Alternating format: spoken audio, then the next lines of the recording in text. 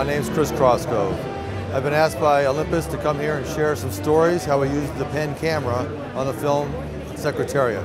Dean Semler, the director of photography of the film, asked me also to come here and share the stories of how we were able to incorporate the PEN camera in all the racing footage of the film. During the conception of how we were going to shoot the race, we decided that we were going to go with the smaller format still cameras to be able to get in amongst the horses.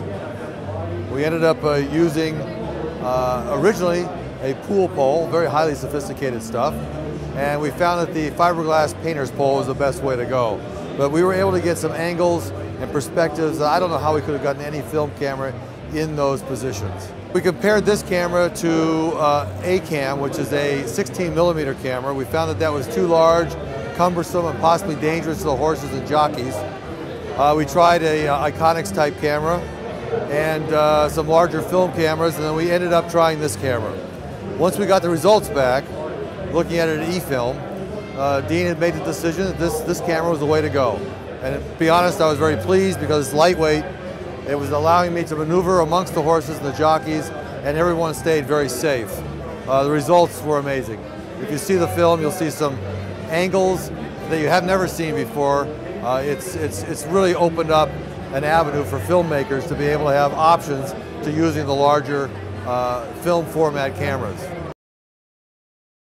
We mounted this camera onto a pole, and I was able to actually get it within, well, that distance to the ground. I mean, it was a ½ inch off the ground using a 14 or 17mm lens, and the wide angles that we got right behind the horse's hooves, we mounted it on jockeys' wrists and got some shots that way. We mounted it over their shoulder. I actually mounted it underneath a horse, and that's a pretty wild angle. 2 of the cuts made the film. It's pretty amazing how many of the cuts that we shot with this camera made the film. The action in the racing is unbelievable. We have the long lens stuff, but it was also accompanied by the wide angle lenses that were right in there amongst the horses, dragging on the ground. Actually, a horse's hoof hit one of the cameras, put a little dent in it, but it still worked.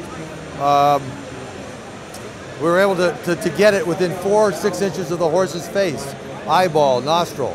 So Randall Wallace, the director, and Dean Semler had specific shots they wanted to get to tell their story, and we were able to carry that out by getting that camera in places. I don't know how else we would have done it. By having a lightweight camera like this on a pole, I was able to extend it out in the position it needed to be. And if something were to go awry, a horse rearing up, a jockey having a little problem, I could easily just remove it from the situation, and they could settle the horse down and get back to what we're trying to accomplish. These were thoroughbreds, and they didn't like a lot of things around them, but what was amazing is that they got up to their full run of 35, 40 miles an hour. We were able to ease these cameras slowly in, and their focus was running. And I was able to get this camera that close to the horse. The size factor for this camera was huge. We have horses running at 35, 40 miles an hour, a pole extended out to be close to them and keep the vehicle I was on away from them. That's probably extended 12, 15 feet. So not only do you have 35, 40 mile an hour wind resistance against the pole, you got not a whole lot of weight at the end of the pole. So it was really more about wind resistance and controlling that than it was a flexing pole with a much heavier camera. So it allowed me to really be very maneuverable, safe, and get the shots they needed. We were putting the cards inside. I believe it was 7 minutes of footage we could get, and we'd simply reload like we would a film camera or a HD camera with tape. It was just reload, card go in, and we were ready to go.